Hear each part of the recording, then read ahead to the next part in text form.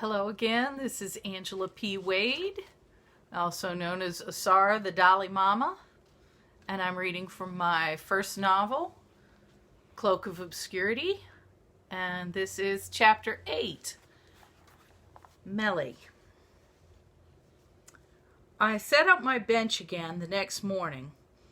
I was reading a fisherman's cards when Dolores showed up, bearing one of Dennis Cobbler's handkerchiefs. Once I was free, I took it up to my room and began the spell. I combined the Damiana with a few other herbs in a mortar, swept the floor, and re-chalked my pentacle. When everything was prepared, I sat cross-legged in the pentacle's center and, taking the handkerchief in one hand, lit the incense. Gray-green smoke billowed around me, and my eyes slid shut. The first thing I saw clearly was a young man's face, pale and anxious. Around him I caught glimpses of a cramped room and other worried faces. The young man's hand rested on a wooden post. It was a bedpost, and my view slid around queasily until I saw the bed and its occupant. A sleeping girl with pale, limp hair and a gray cast to her sharp features. I had never seen either of them before. My view began slipping again over red-faced, troubled women in dirty gowns and the cracked plaster of close, crowded walls. I tried to focus the wavering images, tried to spot something or someone I recognized, tried to pin the vision down to a place or even a time. I was jolted from my trance with a gasp and a shudder. Blinking and trembling, I realized the pounding I heard was not just my own heart, though it seemed to be trying to batter its way out of my chest. Someone was pounding on my door. I staggered to my feet, fighting a wave of nausea. I opened the door, and of course, it was Sadie. Sadie, I gasped, one hand on the door frame, the other on my breast. Don't ever disturb me when I'm in a trance. I struggled to catch my breath. I must have looked terrible, for Sadie's eyes were wide with horror. Eventually, my heart and lungs returned to my control, and my hands stopped shaking. "I'm sorry, Sadie," I said. "I didn't mean to scare you. But in a trance of that kind, part of my mind extends itself out from my body. End the trance suddenly, and the connection between them might be snapped." "Snapped?" Sadie repeated, aghast. I nodded. "And that could kill me, or leave me witless." Sadie's eyes welled up with tears. "I'm fine," I reassured her, guilty over upsetting her. "It wasn't your fault. You had no way of knowing what I was doing. I should make a sign to hang on the door so you'll know not to disturb me." "Oh, Eddie, you know I'd never want to hurt you, love, but..." "Well, we've got him." "What?" Now I noticed the boisterous noise downstairs. "We've got him. The killer. The cobbler's son. He's just walked in here and said he needed to talk to you."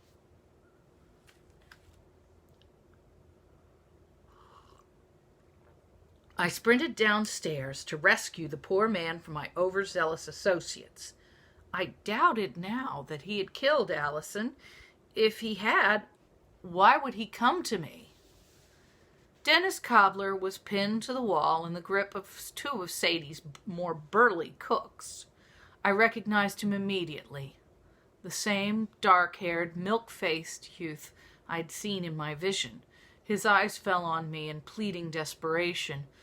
"Let him go," I told the men. As they released him, he stumbled forward and fell at my feet. Please, you have to help her." were the first words out of his mouth. Help who? I asked, though my thoughts immediately turned to the pale girl on the bed. My wife. She's dying. Your wife? Exclaimed Sadie, who had crowded up to my elbow. Sadie, please, back off. You, Dennis, is it? Come with me. Everyone in the place was dying to follow us, but thankfully they had enough sense to stop at the stairs. I returned to my room for my bag and some other supplies. I suppose you know these people think you killed your betrothed? I asked back over my shoulder. I hadn't even heard she was dead until this morning, he answered. Mellie's kin must have kept it from me. And Mellie is your wife, I guessed. Stay in the doorway. It's a bit cramped in here. What's wrong with her? I tucked a blue glass bottle and a clay jug carefully into my bag. Well, they won't tell me exactly. Then what are they telling you? I chose the longest 5 of my candles. He wrung his hands. His eyes were darting nervously about my tiny chamber. He was probably beginning to wonder about my qualifications. At that point, I was wondering about my qualifications too, but I kept remembering the gray face of the girl in my vision. Our baby was born 6 days ago, he said. That there was a baby involved did not surprise me. Mellie's mother and aunt, she's a midwife. They've been doing everything they can, but she's grown weaker, not stronger. She has a fever, and I think I heard them say she was bleeding. This did not sound good at all. You can save her, can't you? He asked. She simply can't die.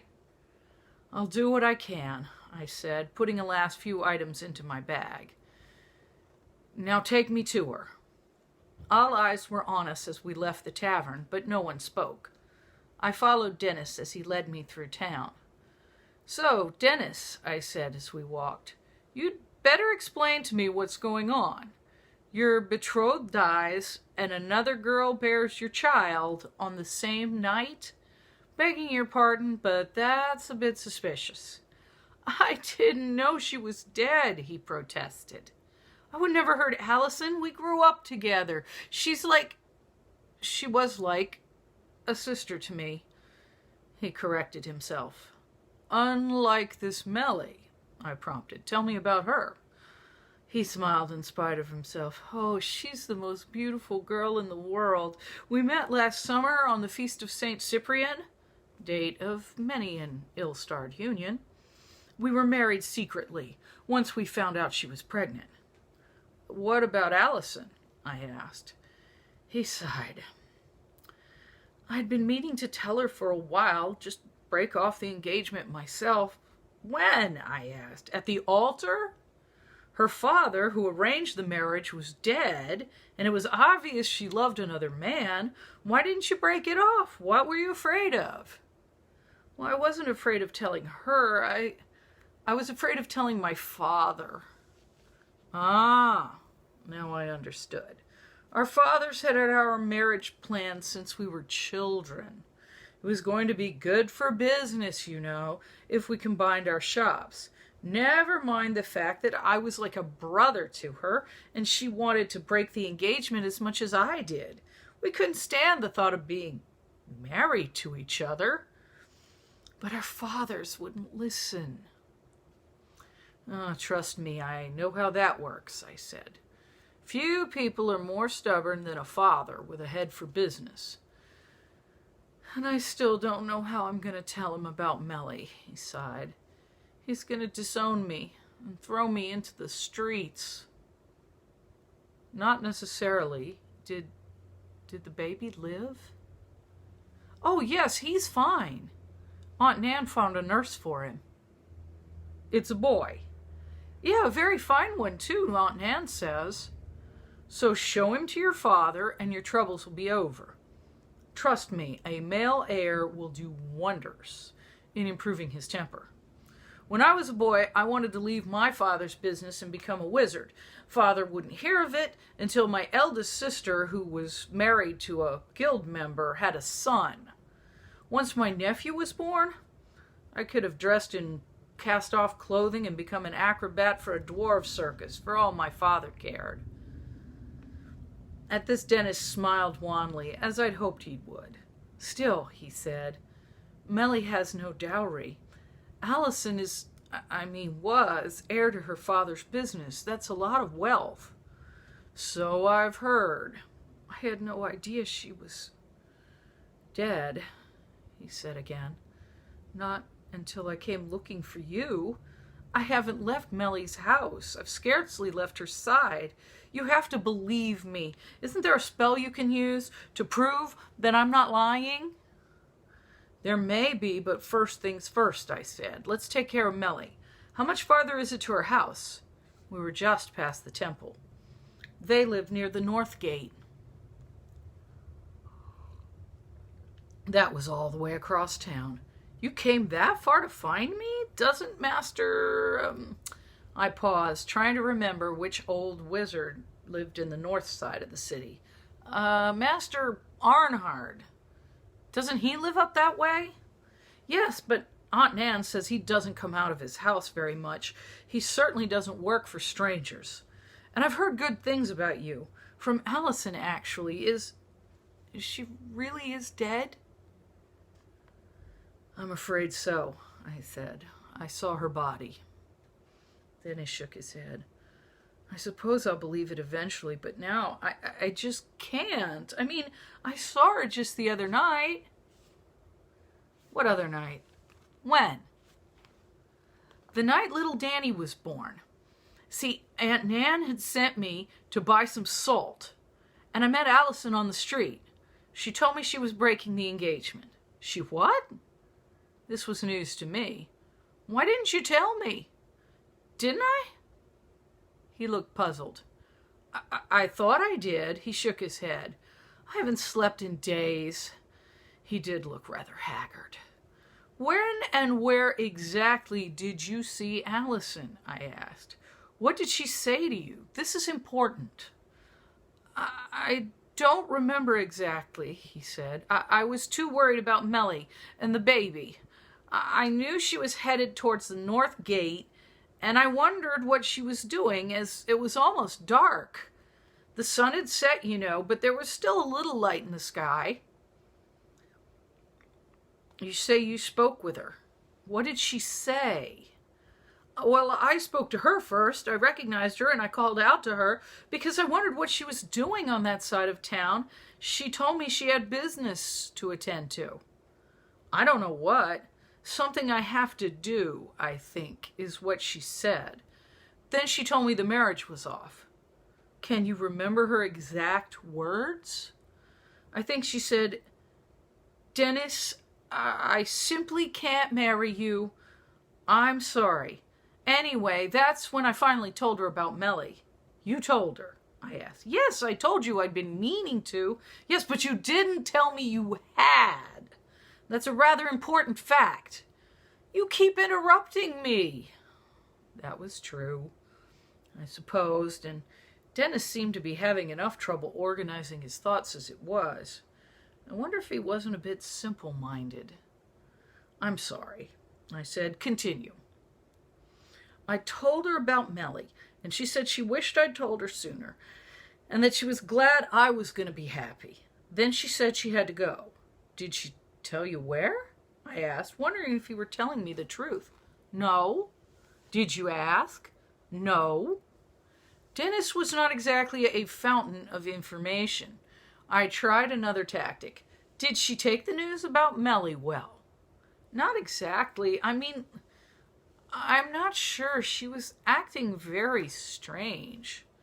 Strange how? I was half ready to shake him. What do you mean by strange? Well, she was crying. When you told her you were married? No, before. When I first saw her, she was crying.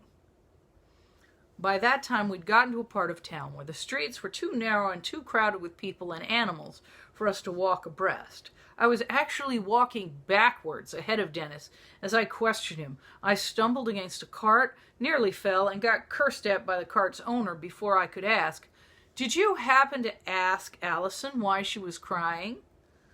Oh, well, of course I did, but she said she didn't want to talk about it. Now wait, I said, halting and grabbing Dennis by the shoulders. A flock of sheep passed around us.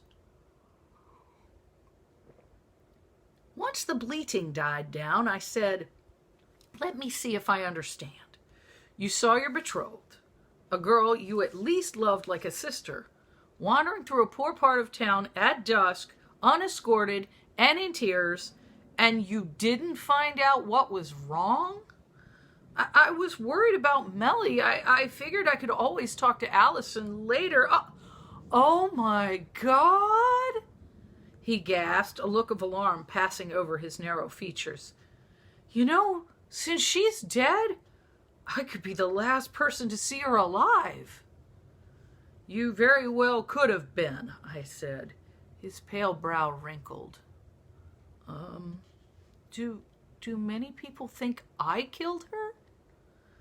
I wasn't sure how to answer that. If he didn't seem like such an idiot, I might have believed he'd killed her myself. Let's not worry about that, I said. Let's just go see to Melly. We finally arrived on a cramped street lined with small shops, mostly second-hand dealers, rag pickers, and questionable eateries. It occurred to me by this time that if Dennis were the murderer, he could be leading me into a blind alley far from my home to kill me. It was a sort of neighborhood where crime was commonplace, and I had fended off 2 would-be pickpockets already. Still, I hadn't gotten the impression he was lying to me, not about the sick girl at any rate. Dennis led me up 2 flights of crooked wooden stairs, hanging precariously from the back of a building. We entered a long, narrow apartment. The bags of wool that lined the walls told me the ladies of the house made their living by spinning, an honest, if not terribly profitable, employment. The room was dark and hot and smelt of blood and sickness. I prayed I hadn't arrived too late. The 2 women of my vision bustled up to me. Here he is, Dennis said. Take me to her, I said, not wanting to waste any more time. The woman led me to the far end of the apartment. The curtained bed standing there took up almost the entire width of the room. I guessed it had been the mother's dowry when she'd married Melly's father. Nearly lost in the bedclothes lay Melly herself. I could scarcely believe how young and small she was, no more than 14 at the oldest. She looked like a temple doll, with dainty pointed features carved from wax. One tiny hand rested on the coverlet. Her fingertips were disturbingly blue. Her breath came in faint gasps. Can you save her? Asked one of the women. The mother, I guessed.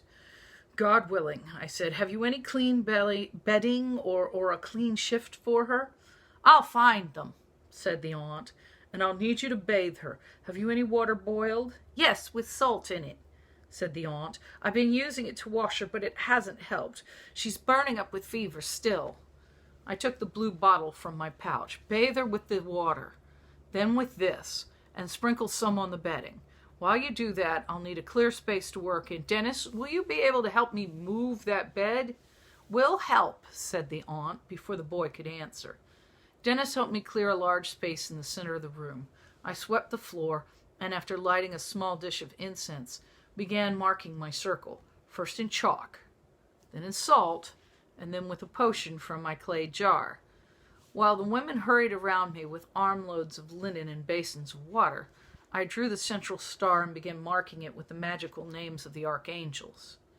Have you ever done this before? Dennis asked, nervously pacing the edge of the circle. Done what? I had been nervous when I'd first seen the girl, but now that I was working, though, I felt very calm. Work this spell, he snapped. I mean, you do know what you're doing, right? Of course I do. So how many times have you done it? He demanded. Twice, I said, quite truthfully. Only twice? Dennis was not pleased. Did it work? Yes, I said, as I chalked in the name of St. Phoebe. The first time, I saved the lives of a very valuable cow and calf belonging to my master, and the second time, I saved a young baron's favorite horse. A horse? Dennis was horrified. Oddly, I didn't care. Why didn't you tell me you'd never done this spell on people? I chalked the 7 sacred names of Saint Dana in the center of the star. You never asked, I said. Besides, a blood horse is far more frail than a person. Aunt Nan came and told us that Melly was ready.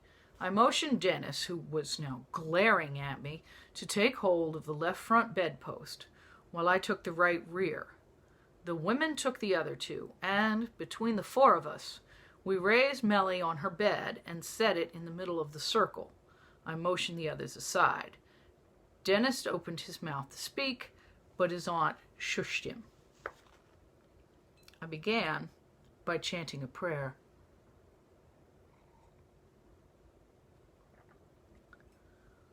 Fair Morgana, merciful one, whose task it is to return our souls to God when our mortal lives are over.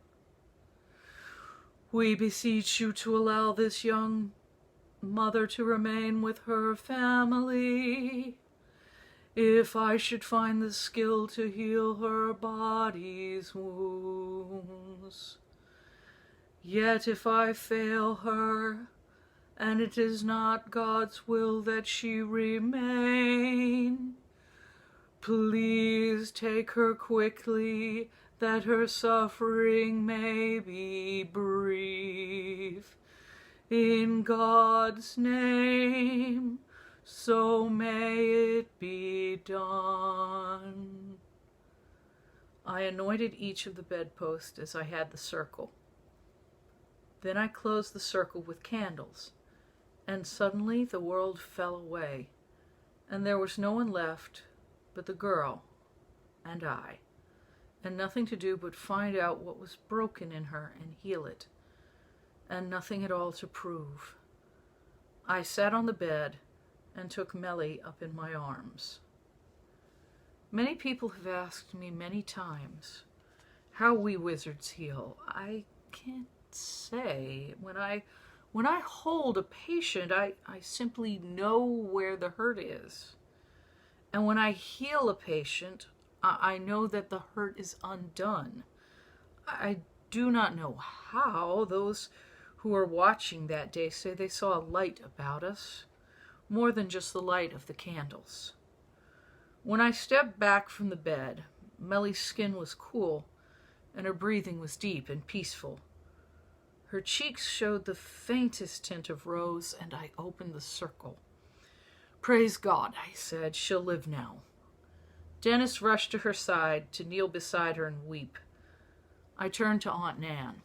Send for the wet nurse, I said, and have Melly's son brought here. She should see him as soon as she wakes up, and buy some bones of beef or pork and boil them for broth. The midwife smiled at me. Begging your pardon, master, but you about to start telling me how to feed an invalid. I smiled back, feeling oddly lightheaded. Yes, you'll know what's best for her. Keep that bottle I gave you, and keep anointing her with the potion until she's recovered. Of course, she said, whatever you say, master. My memory becomes hazy at this point. My head was swimming. I needed to talk to Dennis about Allison, but this wasn't the time or place, and besides, I could scarcely keep my eyes open. Everyone started thanking me at once, embracing me, wringing my hand, telling me how wonderful I was. My body was reacting to the spell, though, and all I wanted to do was sleep. I took as small a payment from them as I could without insulting them, and left. I collapsed into a gutter, about 3 doors away. But since I was dressed quite shabbily, and drunks were common in that neighborhood, I wasn't disturbed. I had a nice long sleep huddled against a wall. I woke up stiff, disoriented, and hungry. Once I realized where I was, and that the sun was going down, I picked myself up, brushed myself off as well as possible, and went to visit Lee. Where have you been all day? He asked as I entered the cell. I saw movement near the base of the far wall. Was that a rat? Hey, I asked you a question, said Lee. Where have you been? Well, if you must know, I answered, passed out in an alley. Lee's face wrinkled, though in concern or disgust I wasn't sure. So, were you drunk again, or did somebody just beat you up? Neither. Then what happened? Are you sick? No, I said. I'd been working a spell. Now I could see Lee's expression was concern. And you passed out? I shrugged. The spell took a lot out of me. Now, don't you want to know what I learned today? Of course. Dennis Cobbler may have an alibi, I said, and he may be the last witness to have seen Allison before she was killed. At any rate, I know where he's been these last few days. I paused for dramatic effect. I must confess, I'd come rather to enjoy having Lee as an audience. Where?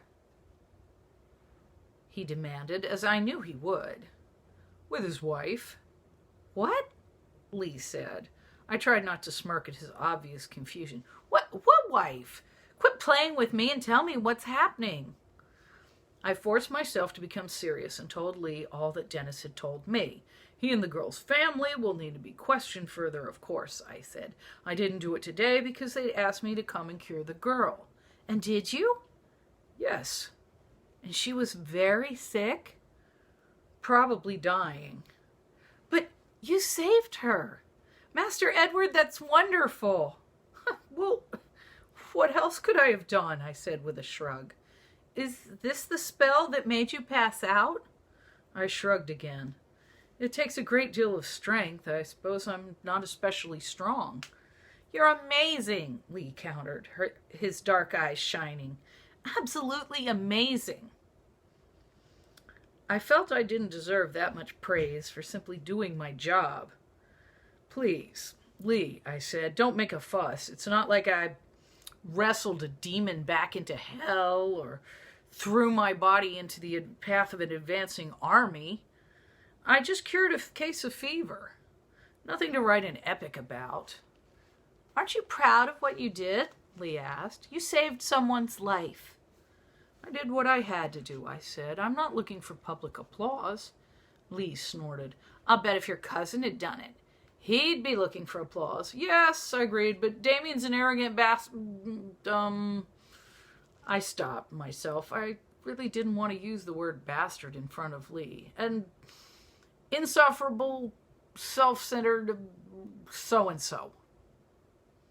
Lee rearranged himself into his favorite cross-legged position on his pallet and said, That's what I've heard. I flopped down to sit beside him. The cool stones of the wall felt good against my back. I sighed. Are you all right? I'm fine. I'm just tired, I said, which was true. Give me a minute to collect my thoughts. They're all wandering off. My head felt like it was full of wool, and my body wanted to melt into a puddle. I tried to focus my thoughts. Do you believe Dennis? Lee asked. I don't know, I said with a sigh. Probably not. I mean, sure, he has witnesses to say where he was and what he was doing, but they're all the poor kin of his wife, and I don't honestly think they'd rat out the man they're counting on to make their fortune. I don't like that expression, rat out, said Lee. I mean, what's so terrible about a poor little rat that you have to use its name as an insult? I squinted at Lee. You're feeling sorry for rats? I asked. You spend far too long in the cell. Anyway, as I was saying, I don't like to think of Dennis as a killer. He seems decent enough, if a bit simple-minded, but he had a very good reason to get rid of Allison. He has witnesses all set up to support him, and I just don't think Allison ended up in the sea by accident. I'm running out of suspects. Lee rested his head in his hands. I don't think he killed her, he said. I think he was too fond of her. They were good friends. I sighed. Then who killed her? Common thieves? I haven't heard of anyone else being attacked recently. I yawned prodigiously. I'm missing something. I know it. I don't have the whole story, but I'm so tired. Go home, said Lee. Go home, get Sadie to fix you a nice dinner, get a good night's sleep, and I'll see you tomorrow at the trial. Good idea, I agreed muzzily. I couldn't believe how tired I still was, even after sleeping all day. The spell must have been harder than I'd thought. Say, asked Lee, do you think you could come by tomorrow morning before the trial and bring me a bag or something? I grunted. What for? He said, to put my pencil and my drawings in. Oh. A few minutes passed. Master Edward? Huh? Are you asleep? I heaved myself up off the pallet with something less than grace, thinking perhaps Mother Lillian was doing me a favor by putting me on bread and water for a week. I'll see you in the morning, I said as I left. Love him to pieces, but he is a hot mess. And he's really missing the most obvious clue in the whole book. You know, sometimes he just needs to be hit over the head with something. Hey, Zarmina. Good kitty. See y'all next week.